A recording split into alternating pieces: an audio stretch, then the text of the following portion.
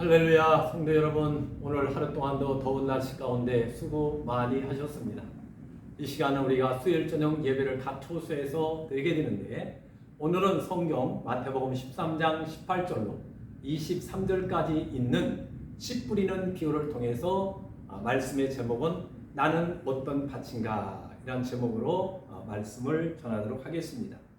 씨 뿌리는 비유는 예수님께서 하신 비유 중에서 대표적인 그러한 비유의 말씀입니다.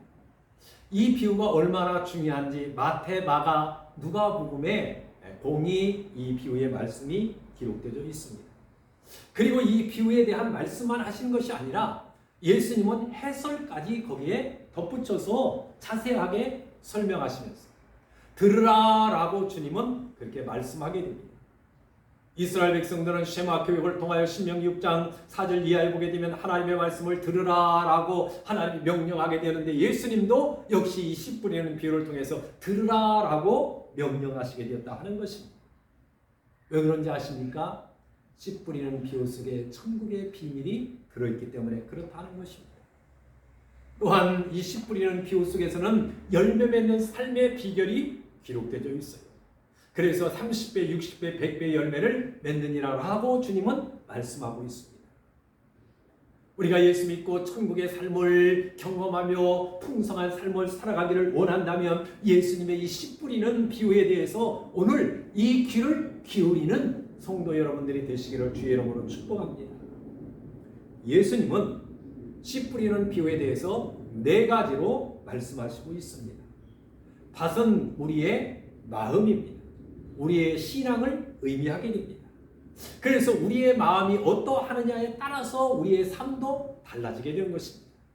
긍정적인 사람은 항상 소망을 가지고 긍정적으로 미래를 바라보고 그 미래를 위해서 열심히 일하게 됩니다. 그러나 부정적인 사람들은 매사에 불만, 불평과 또 부정적으로 생각하고 부정적으로 말할 수밖에 없습니다. 그래서 우리의 마음은 이 믿음이라는 것을 마음속에 담게 되는데, 우리는 긍정과 소망과 주님이 나와 함께한다는 확신과 믿음을 가져야 돼요. 오죽했으면 잠언 4장 23절 이하에 보게 되면 무릇 지킬 만한 것보다 네 마음을 지키라, 생명이 그러니 이에서 남이라 라고 말씀하고 있습니다.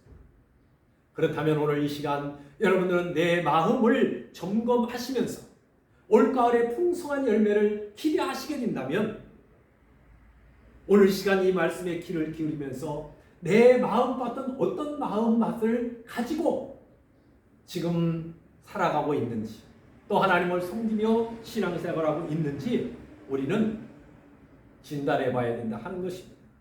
내 마음이 옥토가 되어야 30배, 60배, 100배의 열매를 맺어서 올가을에 풍성한 수확을 거둘 수가 있다 하는 것입니다. 그러면 예수님께서 4가지 말씀을 하시게 되는데, 우리의 마음이 4가지 마음이 있다라고 말씀하고 있는데, 이 4가지 마음 가운데 하나님이 원하시는 그 마음이 어떤 마음인가 하는 것을 우리는 너무나 많은 설교를 들어서 잘 알고 있다 하는 것입니다.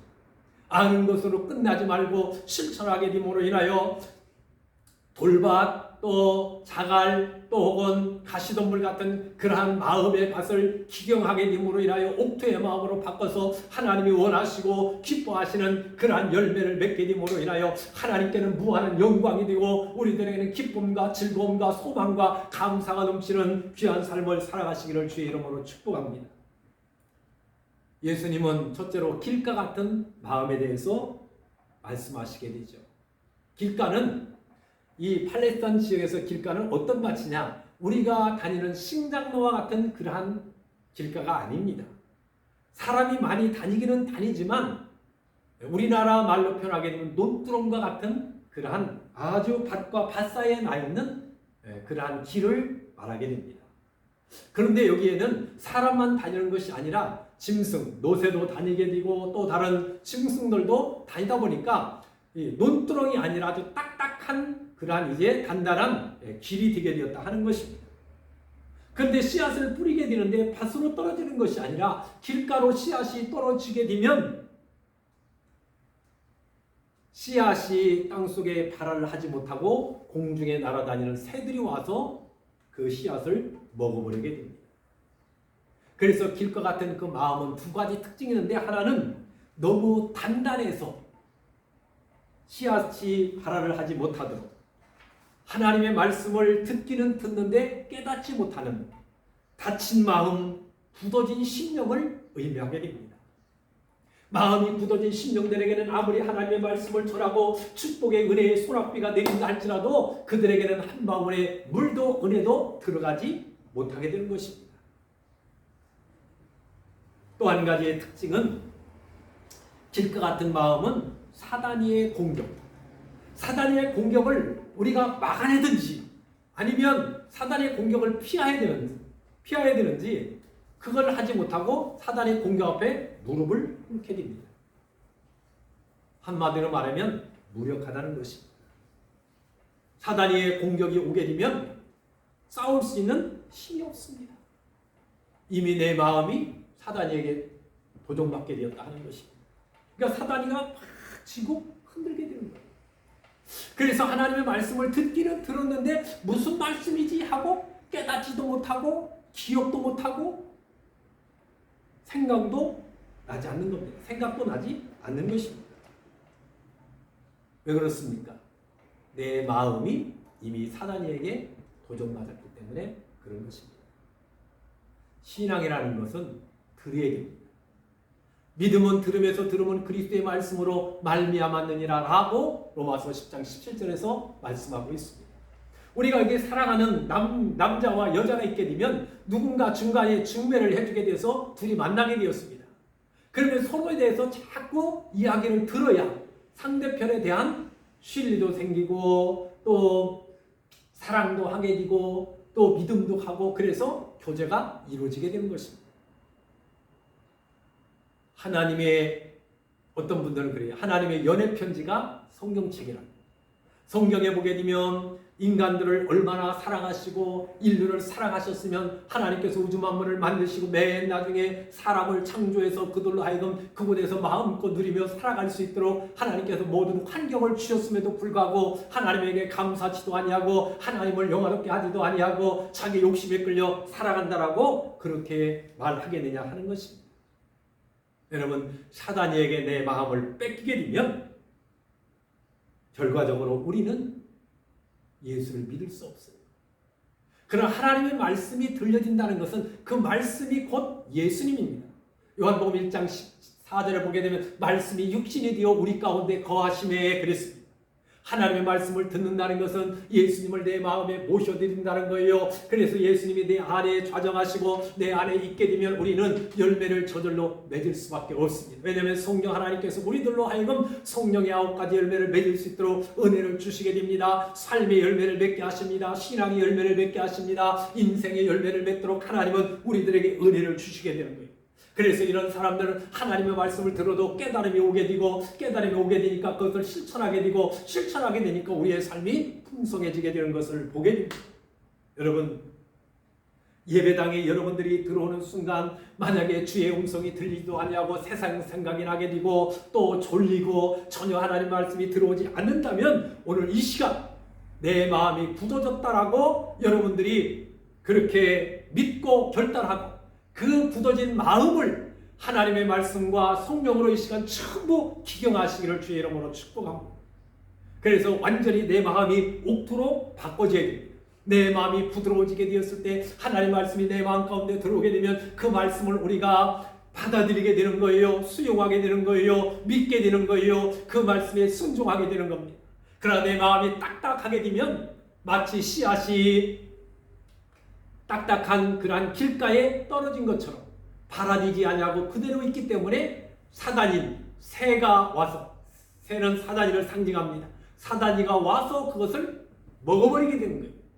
그러니까 하나님의 말씀과 나는 무관한 삶을 살아갈 수밖에 없는 것입니다. 오늘 시간 굳어진 마음, 딱딱한 마음, 병든 마음, 어두워진 마음을 말씀과 성령으로 기경하셔서 옥토로 만드시기를 주의 이름으로 축복합니다. 두 번째는 돌박 같은 마음이라고 오늘 성경은 말씀하고 있습니다.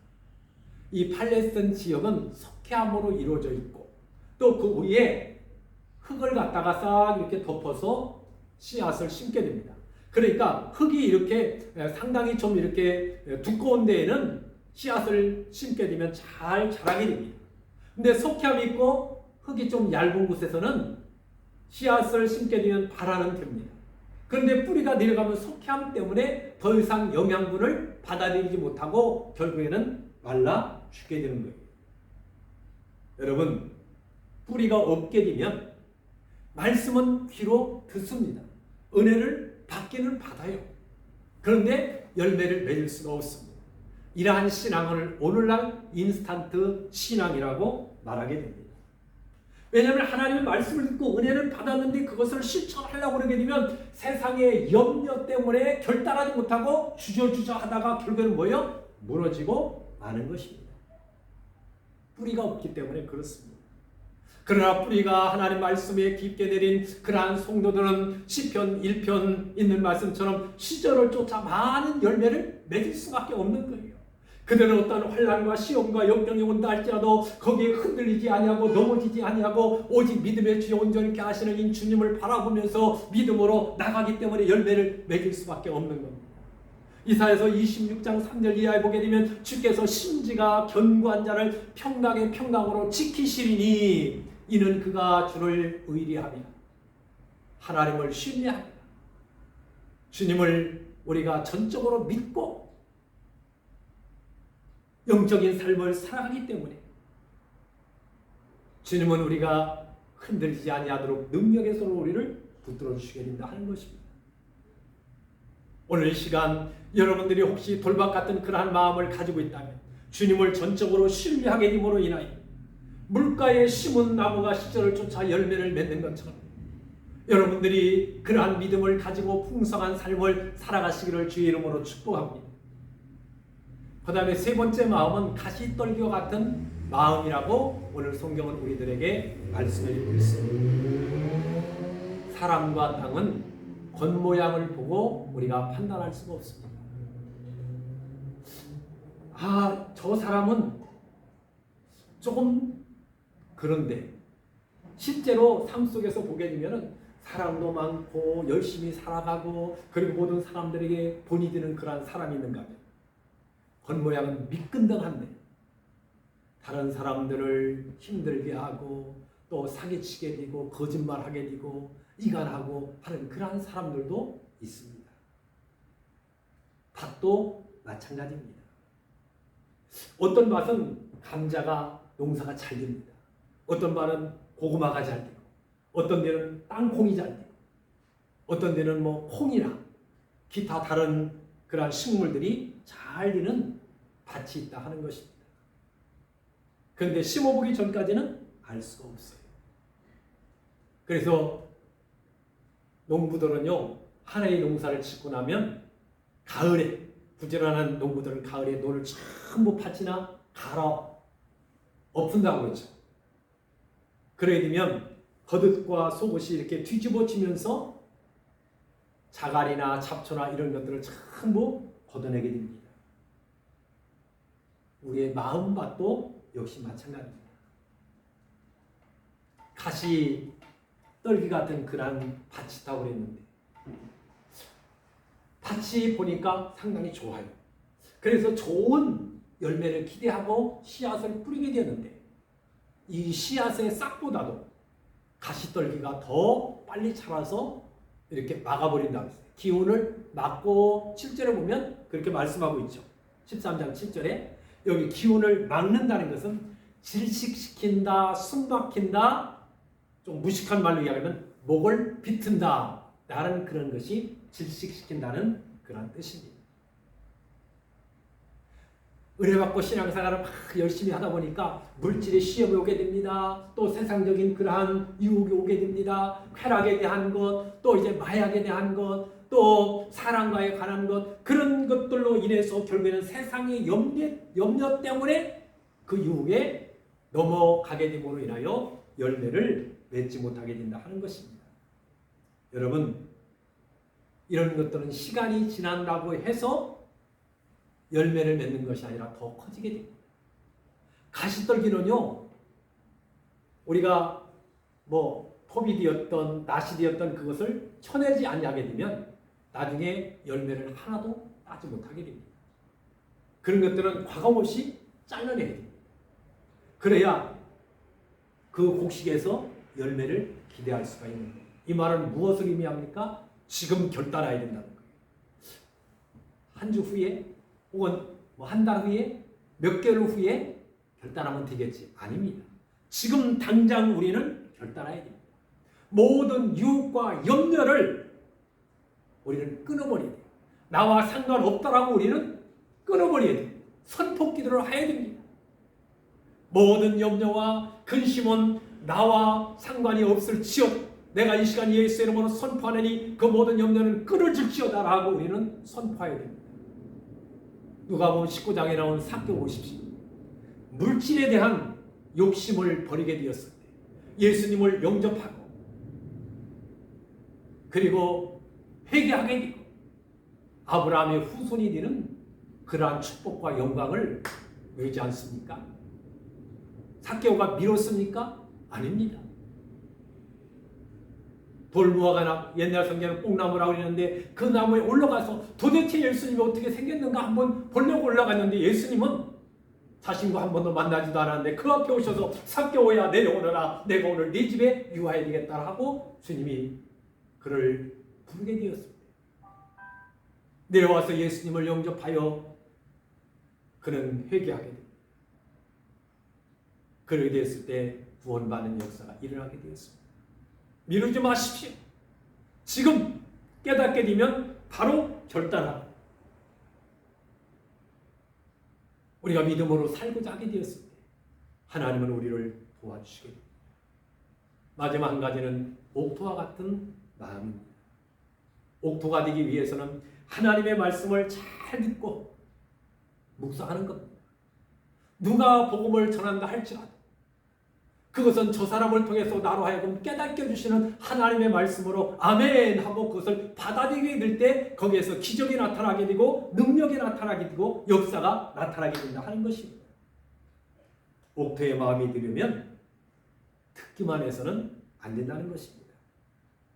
들은 말씀을 이해하고 그것을 나의 삶 속에 실천하고 또 기다리면서 열매 맺기를 기다리면서 우리는 믿음으로 살아가는 겁니다. 농부가 봄에 씨앗을 심게 되면 여름에 태풍도 올 수 있습니다. 볕도 뜨겁습니다. 병충해도 있습니다. 그 모든 것을 참고 잘 견뎌내야 가을에 아름다운 열매를 맺을 수 있는 겁니다. 우리는 이 시대의 설교의 홍수 시대에 살아가고 있습니다. 하나님의 말씀을 듣기만 하고 실천하지 않으니까 영적인 그러한 비만 환자들이 얼마나 많이 늘어나는지 모릅니다. 우리는 하나님의 말씀을 듣고 나의 삶의 현장으로 그 말씀을 가지고 가서 실천하면서 살아가게 되었을 때 거기에서 기적과 능력과 역사가 나타나게 되고 열매를 맺게 된다는 사실을 알아야 됩니다.